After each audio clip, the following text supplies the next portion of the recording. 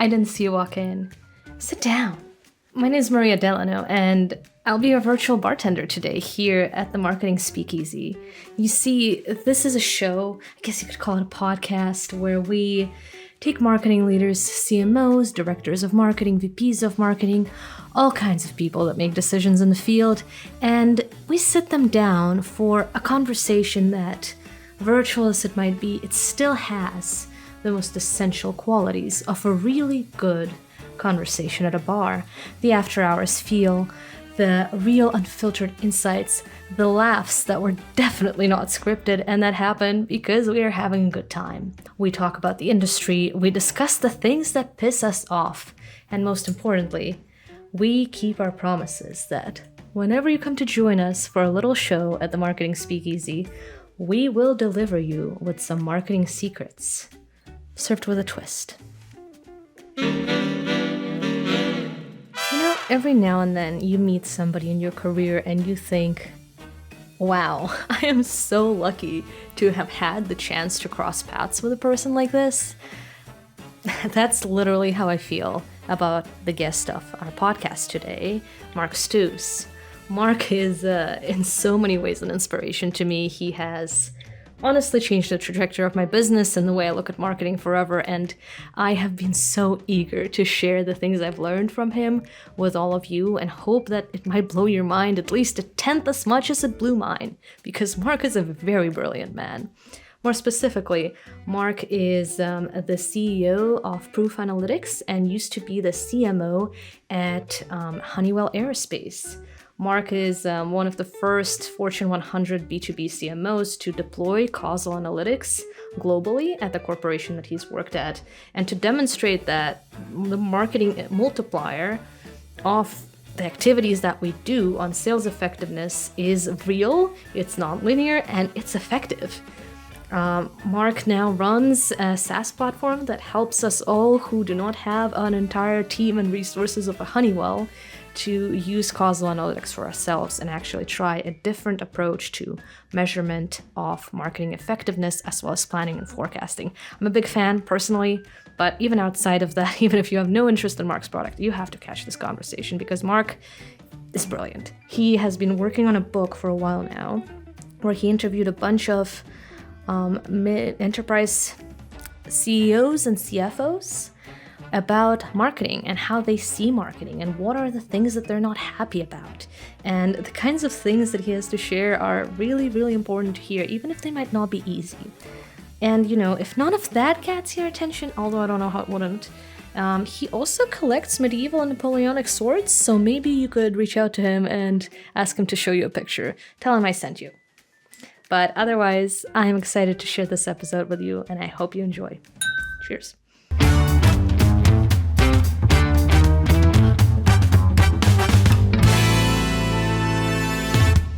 Mark, would you mind introducing yourself, but not using any kind of standard jargon terms, not using any company names? Introduce yourself in a way that somebody that's, let's say, never seen a computer or never really heard of marketing as a discipline would understand. So my name is Mark Stouse. I am a long-time marketing leader in large companies. Usually the topmost marketing leader. Again, trying to stay away from the jargon, right? I was, for 20 years, probably most known for using math, using analytics, causal analytics, causes and effects, right, to place bets in terms of marketing programs and things like that that would benefit the business, right? Mm-hmm. And then I had great success with it, but it was enormously difficult and very expensive. Mm-hmm. So like at Honeywell, I was spending $10 million a year just on analytics, right? Globally. Yeah.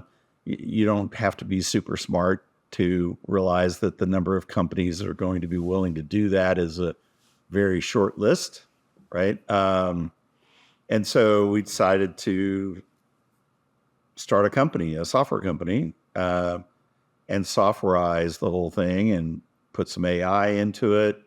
So there's 4 different kinds of AI. Gen AI, which is what most of us are familiar with right now, is only one of the 4. The other 3 being analytical AI, causal AI, and autonomous AI. I think we were pretty far away from autonomous. Yeah. Right.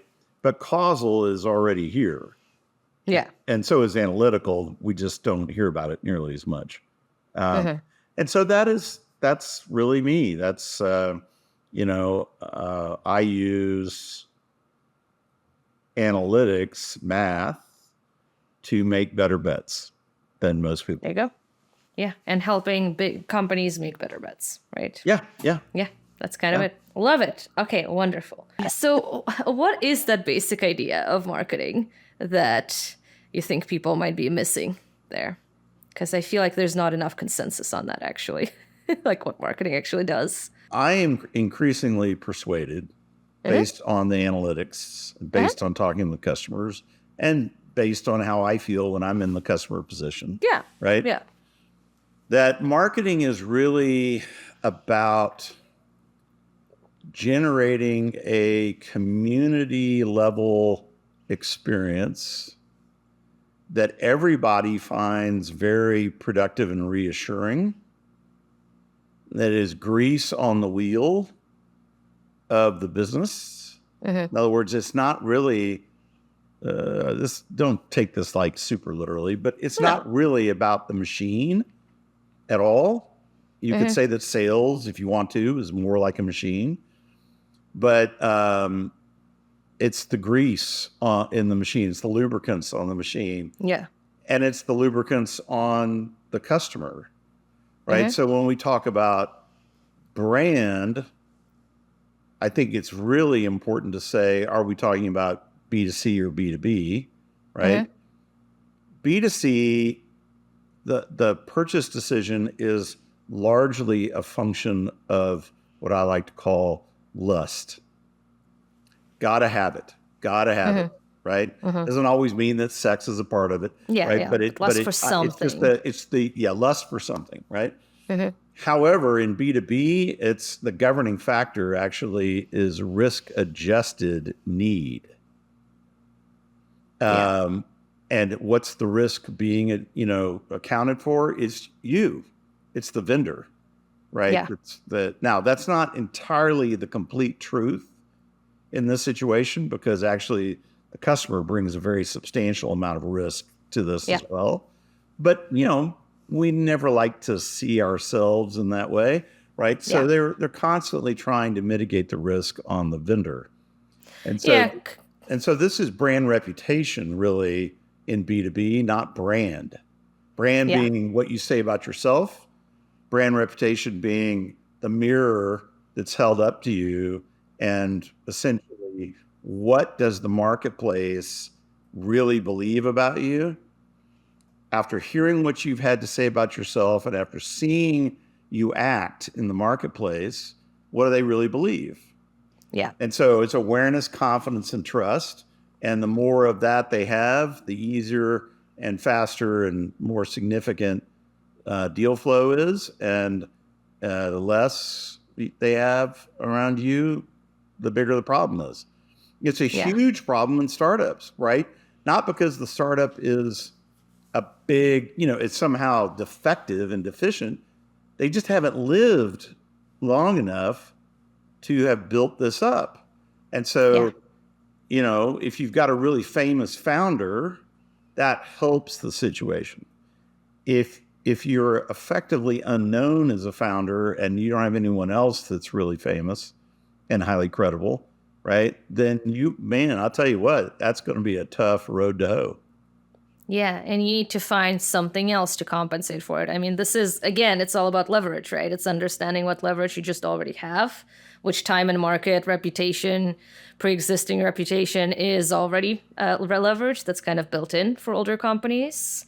Versus for a startup, you don't have that. Where else do you get leverage, right? Founder reputation. It's true. If you don't have that, where else are you going to go? What are you going to do? I think also you just are starting to I think everyone is kind of going ding, right? So since 2008, the financial crisis of 2008, roughly 91, 92% of startups created during that period have failed. Yeah. Given that, okay, I would have to say that the prima facie evidence is that demand gen is not real. In other words, you Yeah. cannot generate demand out of zero with a customer just by blitzing them constantly with marketing. That clearly is not the case. Yeah. Demand is born in the heart and mind of the customer first, right? And then you're either there to meet it or you're not, right? And I think it's a big shift, right? We're seeing kind of a resurgence about brand and B2B. I think in fairness, largely because most people have come to the conclusion in some way or form, right, that demand gen isn't working and isn't sufficient as a cornerstone part of marketing. And that right now, anyway, everyone is still looking at this as kind of like, well, we've got demand gen and we've got brand. So if Yeah. this one is clearly not really working very well right now, We then just we need got to to go to the switch other to the one, other right? one. Yeah. But I think that everybody needs to remember why brand was summarily executed about 15 years ago in most companies. It was because time lag, which is another huge part of this whole equation, obscures the impact of brand so totally, Yeah. right? That most CEOs and CFOs that I talk to are still saying, I just don't see it. It seems like it's just money that's like spent and doesn't actually ever do anything. And so then, when I mentioned time lagged effects and stuff like that, and they're like, of course, first question is, well, what kind of time lag are we talking about? And I said, well, in your kind of business, it could be 18 months, Yeah. dollar to dollar, right? Yeah. And they kind of go, holy shit, right? I mean, and some of them, not as many as I would hope for, but some of them really said, golly, I think we may have been screwing ourselves for the last decade, right? Because we didn't realize that it was that lagged. Before we dive back into the conversation, I want us to do our first little game. Are you ready, Mark? I am ready. Okay, this one's kind of built for you, so I hope you'll enjoy it. This game is called Metaphor Matchup. And what we're going to do is I have 3 or 4 prompts. I don't know if I'll do all 4. Where basically I want you to explain blank using the imagery or in the terms of blank, right? So I'll tell you a concept and what the metaphor is, and I'd like you to try to explain it that way. Okay, we're going to give it our best shot. I know you like metaphors, so I think you're going to do good. I do for like everyone metaphors. that we like, we'll give you a point. Okay, Yep. Cool. All right. So, number 1 is explain go-to-market using the concept of cooking meat. Cooking meat. And that in particular because I'm remembering that your son is quite into a lot of ways of cooking meat in particular. So, okay, so yes. One way to kind of think about this is that while there are always times for a high temperature sear, very dramatic, very, all that kind of stuff, right? A lot of the time, maybe even most of the time, you're talking about a relatively low temperature, slow and slow kind of approach. This is not just, barbecue brisket time that we're talking about here. Any time that you do what's called a reverse sear, where you put steak in the oven at like 220, right, for any number of minutes, whatever is right for the weight of the steak, right, to get the core roasted, and then you sear on high flame to give it its presentation and its crust and all that kind of stuff. I would say that is one way to answer your question. I mean, I think that it is always about who's going to eat it, not the preferences of the chef. Ooh, that's a scandalous take, given I know a lot of like high-end chefs prefer to cook things a certain way and don't like to take requests. Yeah, no, I know. I know. And I have actually seen that. So I kind of, through my son and my own kind of quasi interest in cooking, right? I kind of have lived on the peripheral edges of restauranting, and I've seen that, right? And I would say that it is never something that is appreciated by the customer. Yeah. Right. It's kind of like the sommelier, the wine steward, that gets all snooty about wine choices. That's very off-putting for the customer. You're not trying to put your customer off. You want them to go, wow, not only was that great, but I was treated so well and it was so nice. And it's about the total experience. Yeah. So when we talk about CX in B2B, and yet we are force feeding stuff to people, we are hypocrites. I mean, that's a very strong statement, and I realize that, but I think that's exactly the way that our customers see us. Yeah, so it's a matter of not only making sure that that steak or whatever it is cooked properly and cooked evenly with the right combination of slow cooking and searing, but it's also a matter of, are we cooking the right thing in the first place? Are we serving this to a vegetarian? Yeah, no, absolutely. Are we serving pork to Muslims? Because we don't want to do that.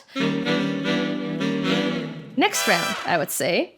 Let's do explain to me what good marketing leadership looks like using the metaphor of Thanksgiving dinner. Wow. Because that's coming up. So I feel like seasonal reference. I think that the way that I would do that, just kind of like reacting to this off the cuff, is that for people around the table, each individual dish is experienced by themselves, more or less, right? And so they assess the value of their experience as a collection of snapshots. Whereas the patron, the founder of the feast, whoever is paying for it all, right? They don't really prioritize the individual piece parts. No. They want to finish and feel really good that everybody had a great time, that they had a great time, and they want that warm feeling, inside, right? That's really what they're buying. And so I think that the analogy here to marketing is exactly that, right? I think that the tension for marketers is that they actually have two customers, two types of customer. They have the people they're marketing to outside, and then they have their internal customer that they actually don't treat or regard as a customer at all. Yeah. Right? And I think that's part of the problem. Yeah. Yeah. So I actually had a CEO say to me that he felt about his marketing team the same way that he felt about his teenage kids. And I was like, really? I said, you gotta say more about that. That's too loaded, right? Not to continue. And he's like, well, he goes, I'll set up and pay for this great family vacation, right? And all I want out of it is a feeling of togetherness and fun and all this kind of stuff. And yet they will fight with me, they will fight with each other, and they will just destroy parts of the whole trip. And they probably wouldn't do that if they were having to pay for it. Oh, yeah. Right? Yep. And so he felt, I said, well, so what you're really describing is you feel very taken for granted. And he goes, yeah, I do. I think you definitely get a point for that one. I guess a good in to talking back about this would be what we know is that a lot of things that marketing departments in B2B have been doing are not working, right? So a lot of change is required, pretty drastic change. And thinking, I guess, about the fear of change, right? And the fear of, well, this is how I used to eat my potatoes. This is how I used to eat my stuffing at Thanksgiving dinner. How do we help people better navigate making sure that their marketing teams and that their company is more accepting of trying out things like stuffing waffles, right? And creating new marketing traditions, so to speak. That is, I think, in many respects, the question, right? Yep. So what is the business, if you had to think about this and answer it, what is the common business term for fear? Risk. Absolutely. Risk. So then the goal for 2025 is to be able to de-risk go-to-market as much as possible. Understanding that you'll never do it perfectly, right? You'll never get it to zero, okay? But the CEO and the CFO and the board aren't expecting zero. Yeah. So if you de-risked it by 50%, I mean, they'd be thrilled, right? Yeah. So what does that look like? So one of the things that I found, say 15 years ago, 20 years ago, something like that, was the value of causal analytics. There's many values to it, but one is that it translates a functional issue, a functional risk, into a business decision. So let's take go to market, right? Well, I don't, so most CFOs will tell you that they don't live to cut marketing. Yeah. They actually don't know how much money they should be spending on it. And they're actually quite concerned sometimes that they're not spending enough, but they have nothing to use as a basis for the decision. So then it all feels like a huge risk. And so typically the way that they approach it is they keep cutting until something breaks, and that helps them understand, not in a terribly constructive way, I might add, but it helps them understand where the boundary lines are, right? Yeah. But no one has ever given them the opposite. Yeah, it's like causal analysis by elimination is almost what they're doing. Yeah, right. And the problem then also is it because of the time lag element? So we're all familiar, during COVID, there were a number of companies that cut marketing dramatically and made a big deal out of the fact that they didn't see any fall off in business. Oh, yeah. The problem is that somewhere around a year to year and a half later, they did. Yeah. And so they very quietly started re-ramping, right, their marketing spend and kind of hoping that nobody would really notice. Yeah, right? And the problem is they made a big fuss out of the whole cutting and nothing happened. And then when the actual consequences rolled in, just, roll it off, dust it off. Nobody's going to make a big announcement out of that. So the perspective is skewed, right? Totally. And so what you need to understand is that so in nuclear science, right? This is the half-life of whatever. Yes, right? I love that concept. There's a half-life. There's a hangover effect, right, on most things. In marketing, the hangover effect of a reasonably robust marketing program in B2B is about a year and a half-ish, right?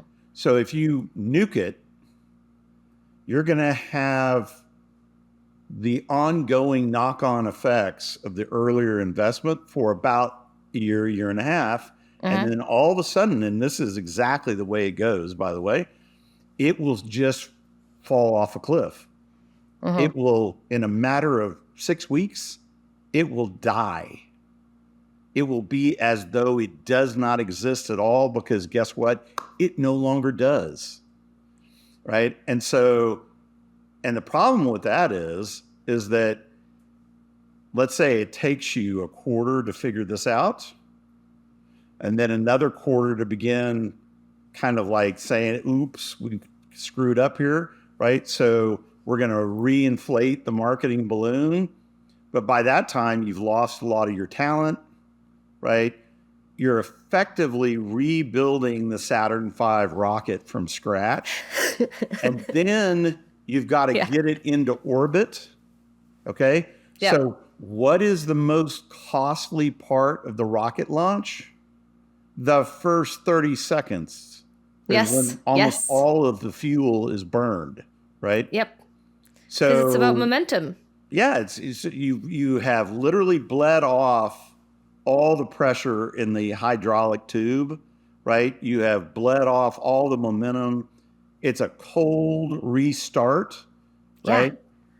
There's not much worse than that. Yeah. Right? The only thing that can mitigate that to any degree is brand. Previous brand investment lasts even longer than everything else. So that can help. And in the case of some of these companies, that is, in fact, what saved their ass, right? Yeah. But it was, I mean, you have to kind of really think about it in those ways. And so using analytics to calibrate all this, to do a lot of what if modeling. Yeah. So that increases the array of choices, business choices, right? Yeah. To be able to say, okay, on the S curve, which is an efficiency curve, it's actually more accurately, a cost efficiency curve of effectiveness, right? So let's say that your marketing efforts are very effective, but you are relatively low on the curve. That means you've got all of this headroom up top here, right? Where if you spend more, you will get more, up to a point called the point of diminishing returns, right? Which is commonly, the word in marketing is saturation, right? So if it's affordable to do so, which is sort of a binary question, right? For most companies, then you would be insane not to spend more to get more in that part of the curve, right? It would be the dumbest thing going, right? But you've got to be able to show that kind of stuff to customers, meaning internal customers, meaning CEOs and CFOs and business leaders. Otherwise, they're not going to give it to you. You're asking them to take too big a leap. And they already, and this is the sidebar issue, right? They already don't trust you. That's the problem, right? Yeah.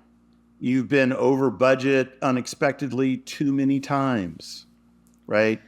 If you kind of listen as I did to the litany, right? The litany is actually very accurate most of the time as a descriptor, right?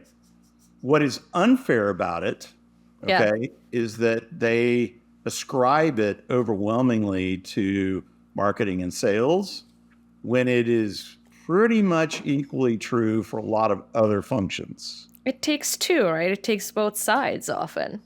Well, look, IT, seriously? You're telling, that's a huge, all of those criticisms still, and it's gotten a lot better over the last 20 years, but still applies to IT. Right? Yeah.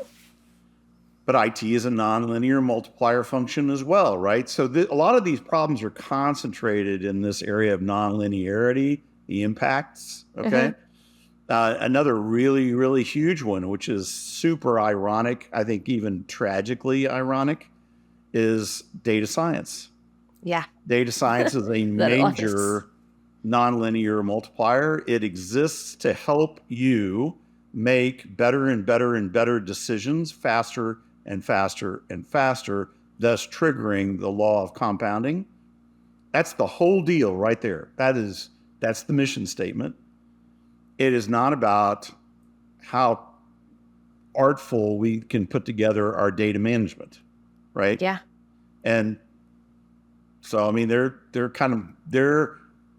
actually really getting the so-called marketing treatment right now from the CEO and the CFO in a big way. Data science is in a very tough spot. Yeah, yeah. Also being put kind of to the same standard.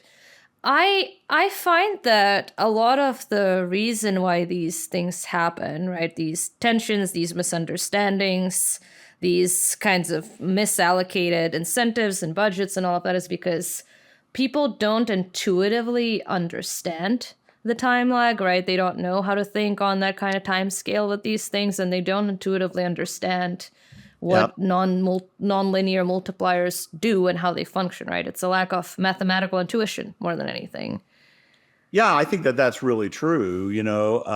I think that if you got a bunch of business leaders around a table, all of them would stipulate that great marketing takes time.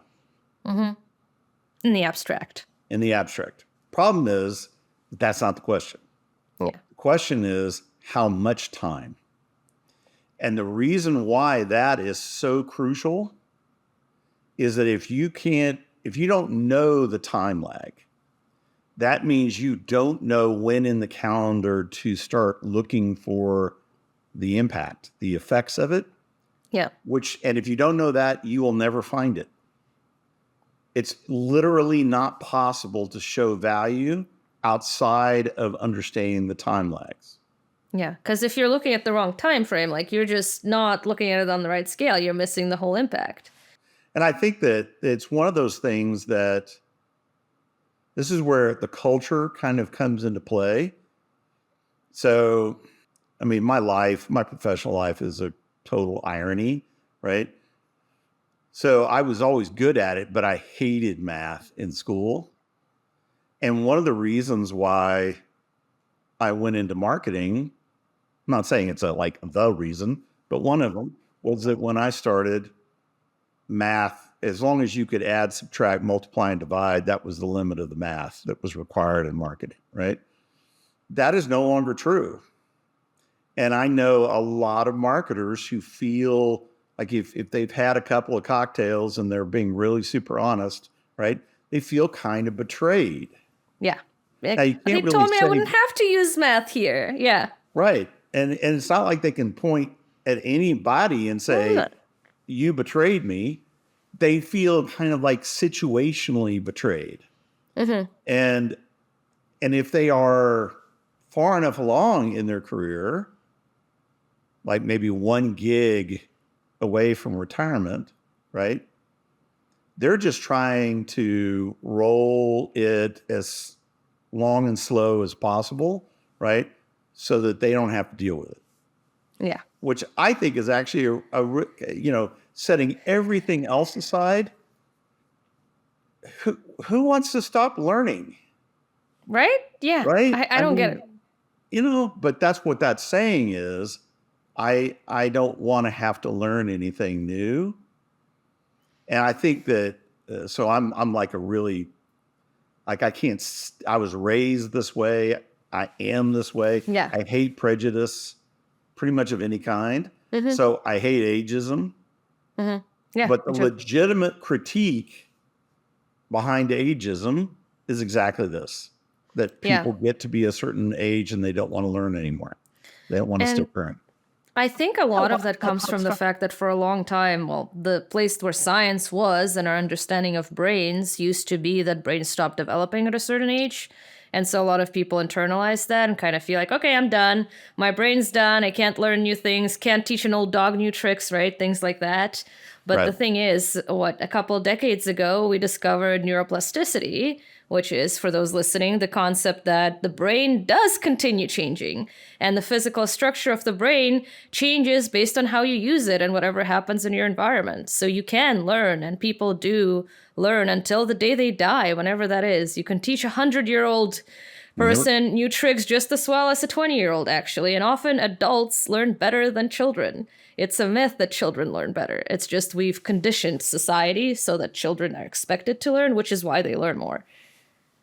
Yeah. Yeah, I think the same thing is true in many ways about the quasi mythology that as you age, your options get more limited. Yeah. I think that from a certain perspective, that's true. I mean, obviously, if I wanted to be an NBA player today, that's probably not happening. Okay. Would be difficult. But I think that, so one of my heroes personally is Leonardo da Vinci. I have read almost everything of any consequence that was either written by him or written for him. I have learned sort of to read Italian so that I could actually read some of this stuff in his own language, right? Yeah. One of the things that is so amazing about him was that he never assumed that he had the knowledge that he had. And his greatest work actually is arguably in his last 15 years. There you go. And so, I just, I think I want to say to the CMOs out there, I really want to say this. You have so much knowledge, so much understanding. You've experienced so much stuff that if you expose all of that to the analytics, the causal analytics, you will achieve dimensionality in the knowledge you already have in a way that will blow your mind. Yeah. And so you're far from being replaced, right? Causal analytics, just like AI, it really is causal AI at this point, right? Is a multiplier of your knowledge. Yeah. It's not a replacement. It's a multiplier of it. And if you've got a lot of knowledge, guess what? The multiple is equally huge, right? Yeah. So we think about 8 times 10 is 80. So 8 is the multiplier, right? You're 10, okay? Then it drops to 1. So that's an 8. And then it drops again to 0. Guess what? 8 times 0 is 0. 0. Yep. Right?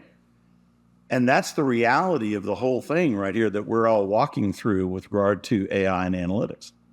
Yeah. Yeah. It's understanding what are you even multiplying, right? If you have that multiplier, what are you using it on? Right. That's right. And I mean,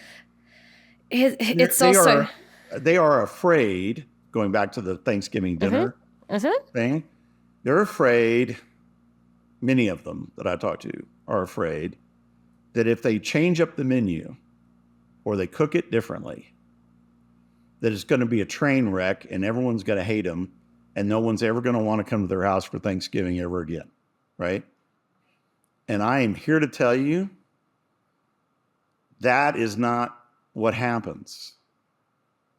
The thing that in many cases marketers perceive as this existential risk that's somehow going to reveal that marketing doesn't work, I mean, that's sort of the ultimate nightmare scenario, is actually 180 degrees and 1,000 miles away. That's where the truth is on this. Nothing de-risks it more. Nothing demonstrates your value more than that, right?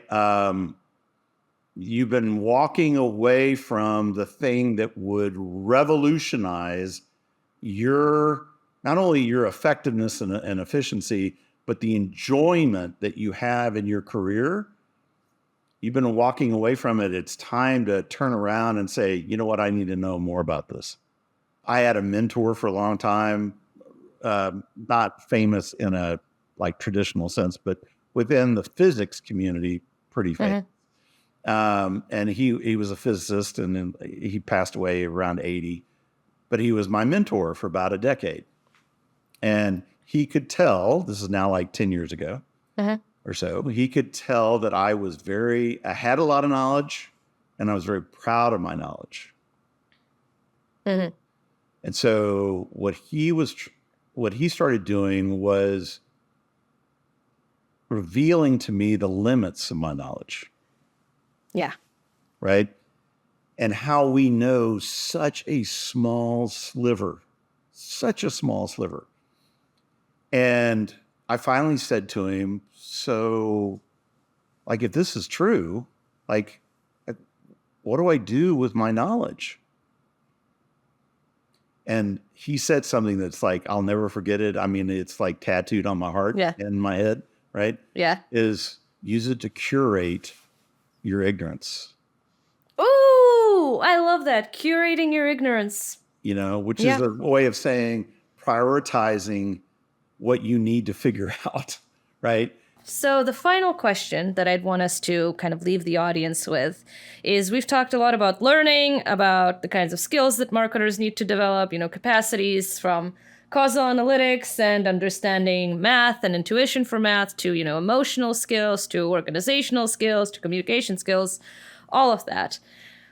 People listening to this, I think, might be overwhelmed and think, oh my God, where do I even start? So for people who are willing to learn, who want to learn, who have been listening to us, where would you recommend they start? How do they even go about it?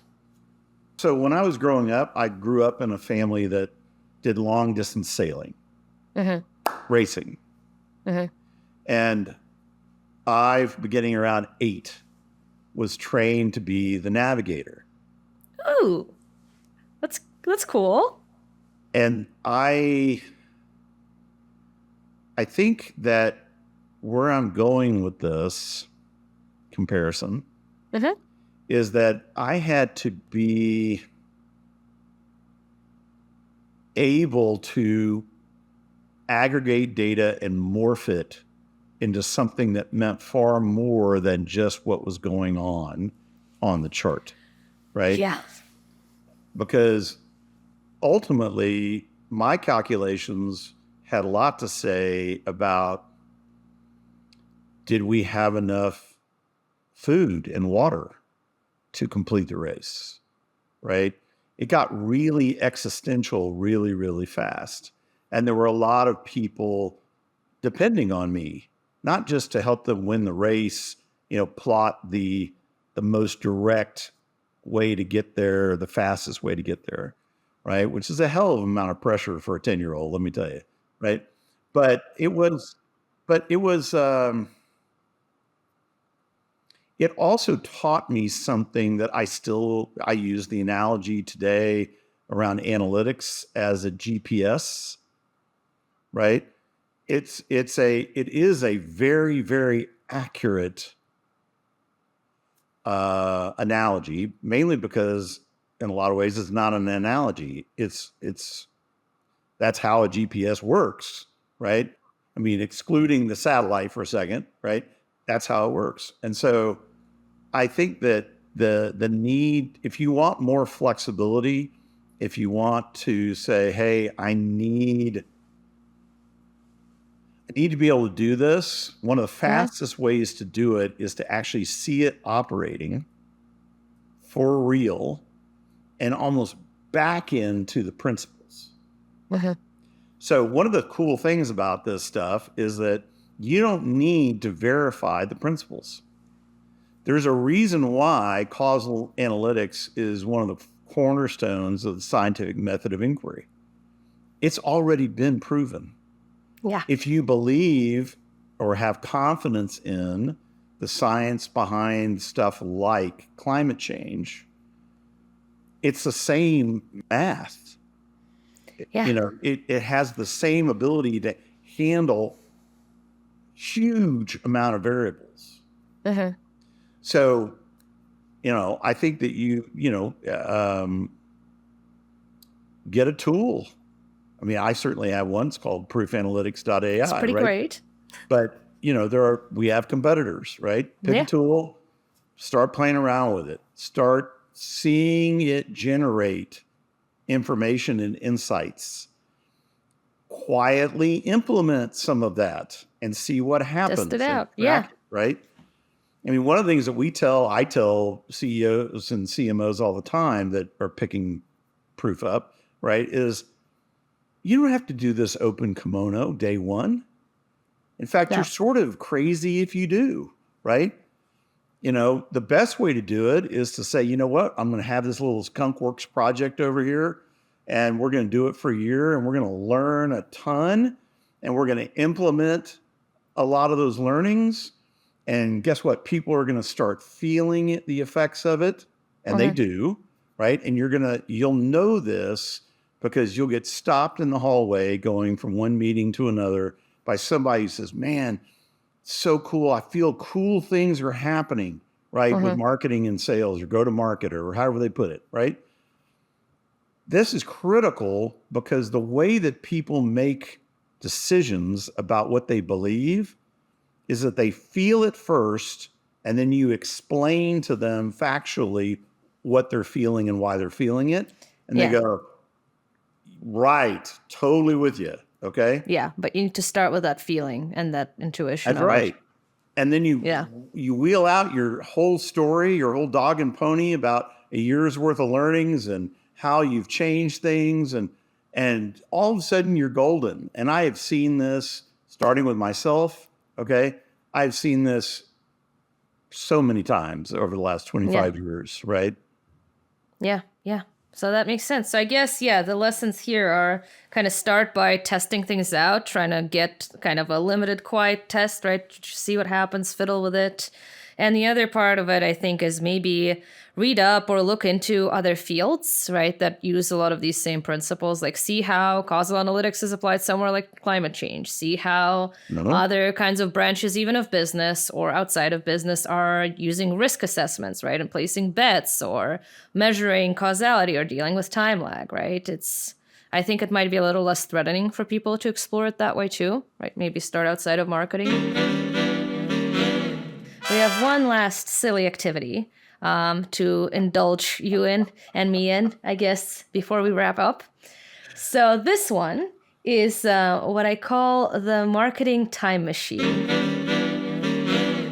So I've pulled up here 2 ad campaigns from different parts of the 20th century for brands that you'd know and recognize. And I want us to take a look at them, talk about what we noticed, and then for you to try to see if there's a way to use the similar kind of campaign and kind of modernize it and apply it for something in the world that you know. I'll do my best. We could do it for proof or something, some other product. Okay.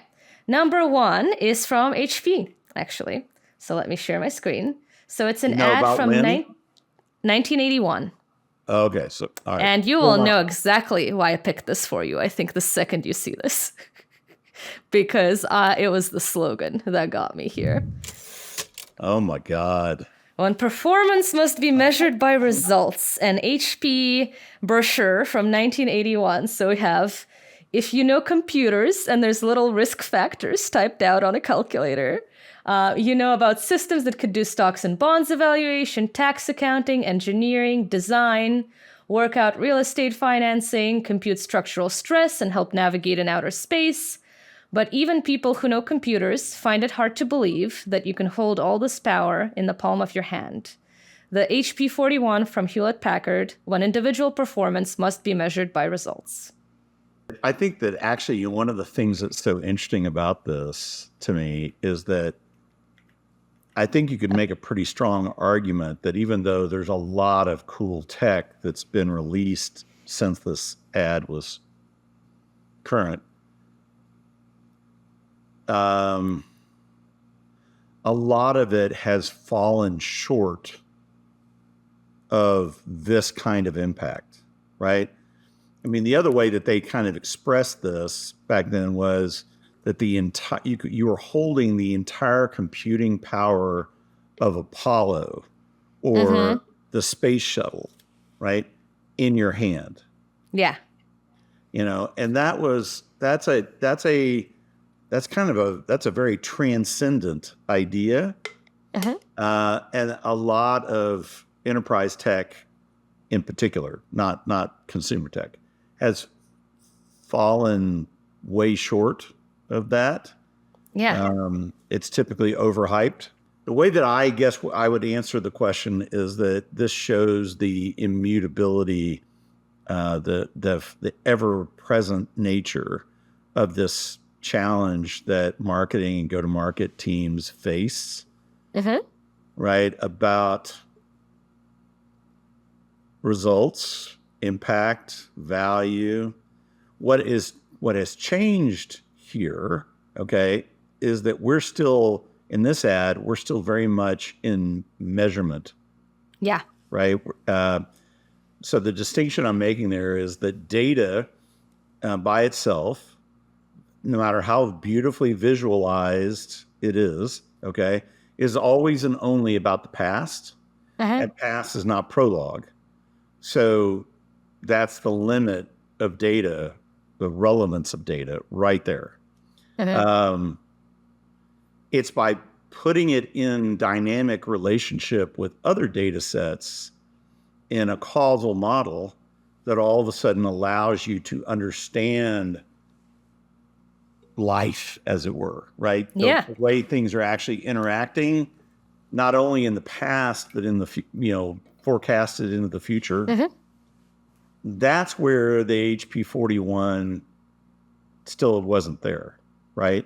Yeah. It couldn't do that part of it. And so strictly speaking, the headline is inaccurate.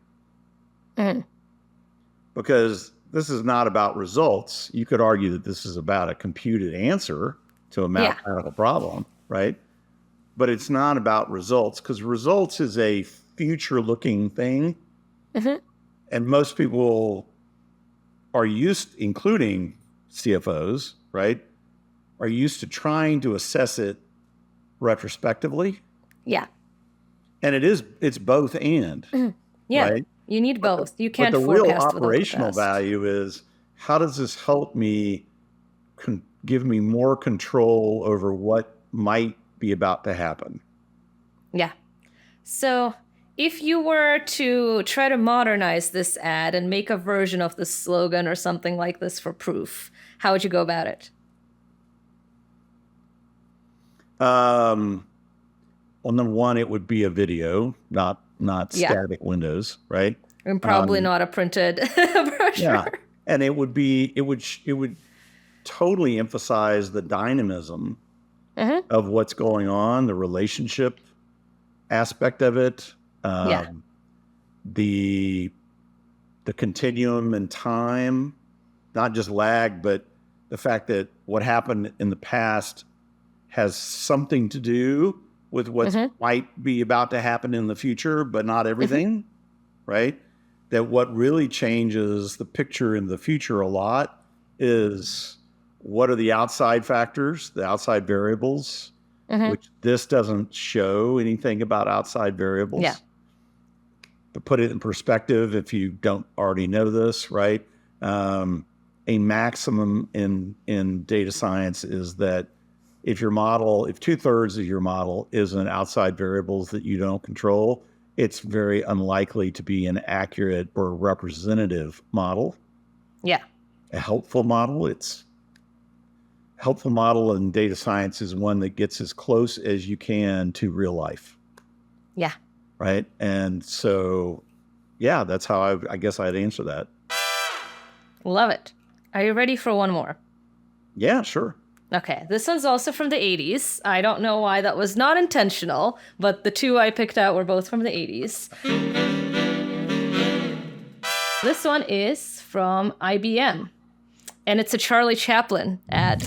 In these modern times, the person who goes to work may not have far to go. But at the Hat of the Month Club, the boss better keep moving. To keep the books, organize the files, write the letters, check out the inventory, find time to create, and still keep on top of things. Yet even a thriving business can reach a point of diminishing returns. A good time to learn about the IBM personal computer.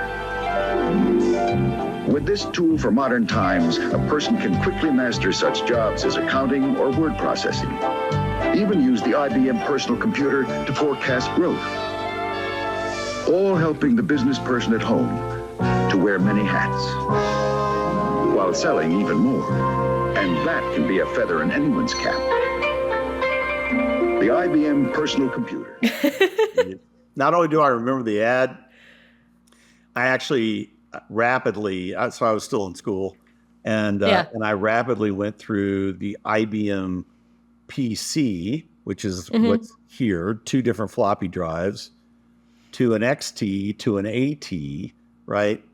And this is back when 50 megs of memory was considered huge. Oh, yeah, I'm sure Right. that was back when files were still kilobytes, or not bytes, I assume, anymore. It would have been kilobytes, right? But megabytes were gigantic. Yeah, and you also, like what we considered to be high resolution screens Oh, at yeah. that time, would really be massively disappointing, right? Yeah. Today. So, Yeah. I do remember this. I love that. So what is really the difference between the tech here and the tech in your hand?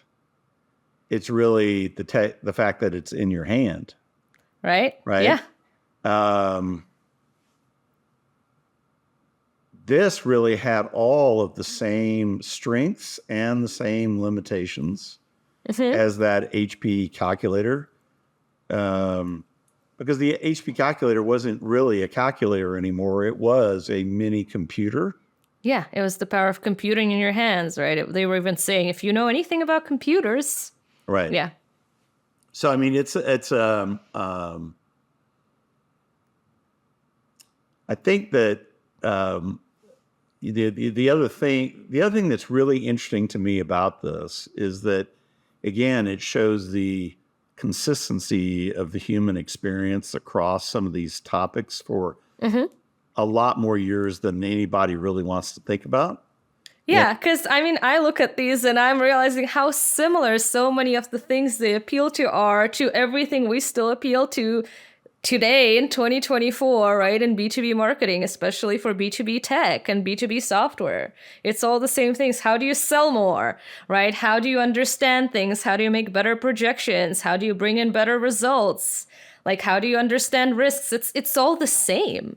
It is. It's the attempt, the packaging, the form factor of the attempt to address it, okay, that becomes like a time date stamp on certain kinds of artifacts. So this past weekend, I was watching some really old Mel Gibson films, cop films, and these are all from the 80s, right? And so the first one I watched had my Motorola bag phone, okay, in it, right? So this is when the cell phone still looked like a normal phone in your house, and it clipped on to this big thing that was like the size of a lunch pail, right?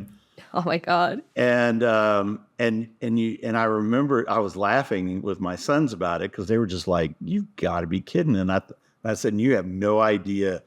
It was large enough to be noticeable and thus ostentatious, right? Yeah. And so it made you a cool person if you were carrying one, right? And then we talked about how obviously that's changed very significantly. It wouldn't be cool anymore at all, right? And then the next film was kind of the larger walkie-talkie shaped Motorola phone, right? And which was considered a massive improvement over the bag phone. And now it just kept on going, right? And how the brand names changed over time. From Motorola to Nokia and stuff like that, right? So I mean, we keep working on this, right? The interesting part about it, though, is that a lot of people in tech will say that the human being is the limiting factor. And it's not about ergonomics. It's about what the person wants to learn in order to exploit the tool more fully. So I got a really interesting lesson in this past weekend, all because of these movies we were watching, right?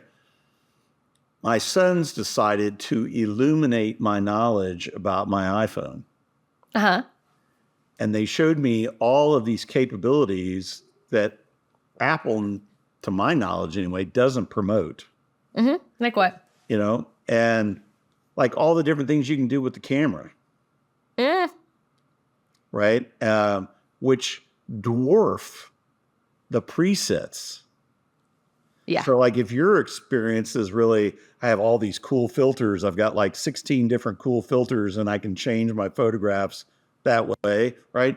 Let me tell you, that's like barely scratching the surface of what the iPhone can do. Oh yeah. Post-production, right?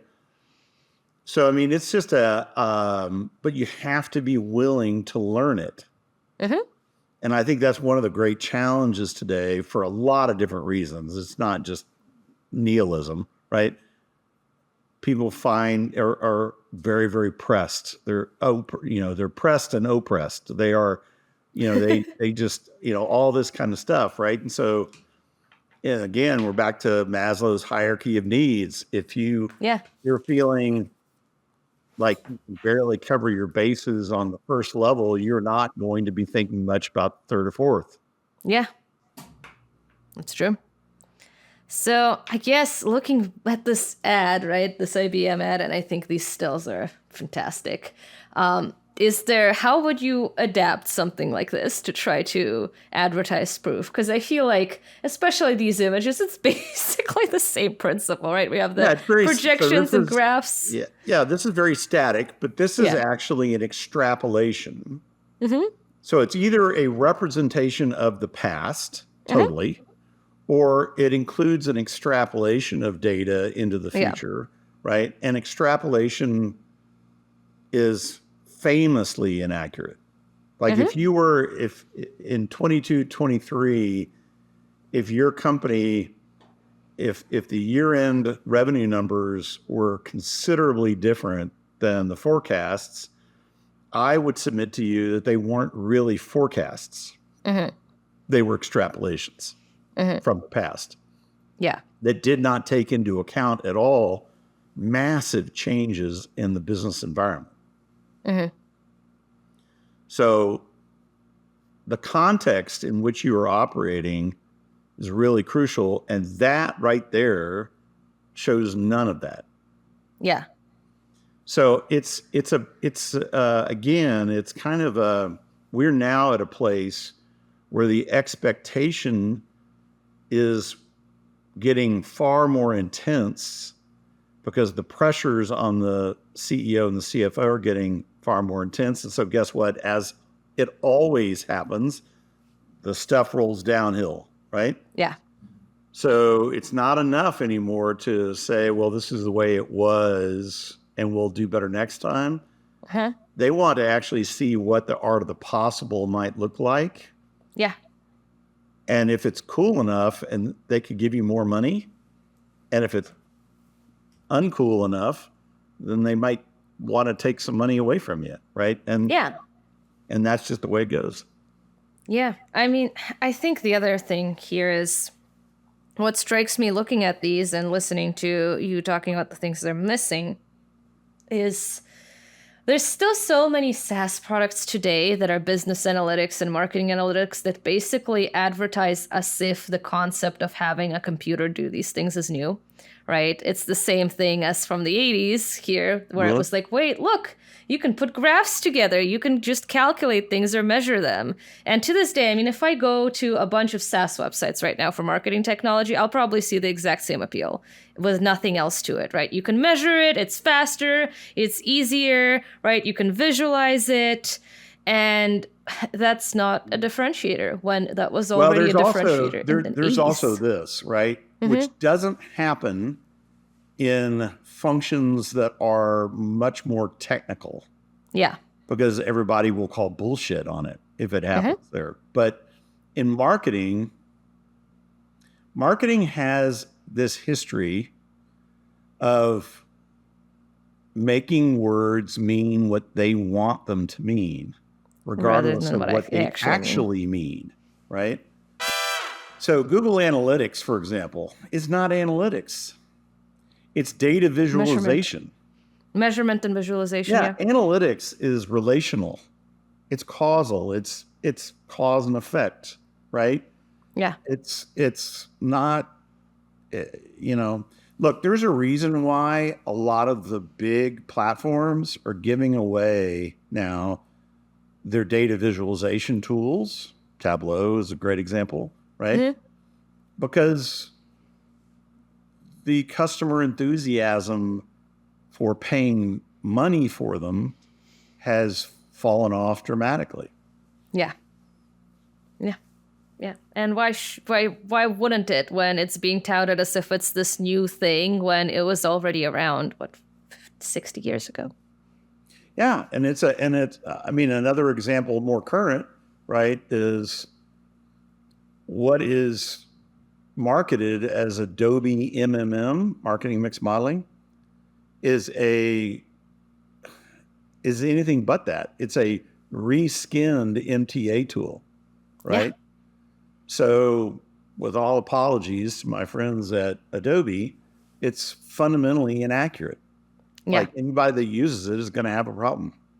Yeah. Yeah. And you should understand how the things you use work so you know where to use them and what they're not useful for. That's right. All right. Well, I think that's a good note to end on. If you've enjoyed my conversation with Mark, even a little bit, then I think you should check out more things from him. Mark has a LinkedIn account where he posts pretty prolifically, and his posts are pretty good. They're going back years and years, so if you want a backlog of thoughts, you can get lost in there reading brilliant thoughts from him for years on end. He is also, as of recently, a columnist for Martech, so you can find his columns over there too. Otherwise, you can find Mark's company at the website proofanalytics.ai. All of these links will be included in this episode's description wherever you are currently listening to or watching us. I hope you check him out. If you do end up connecting with him afterwards, do tell him we sent you. And otherwise, thank you for joining us for another episode of the Marketing Speakeasy. Cheers.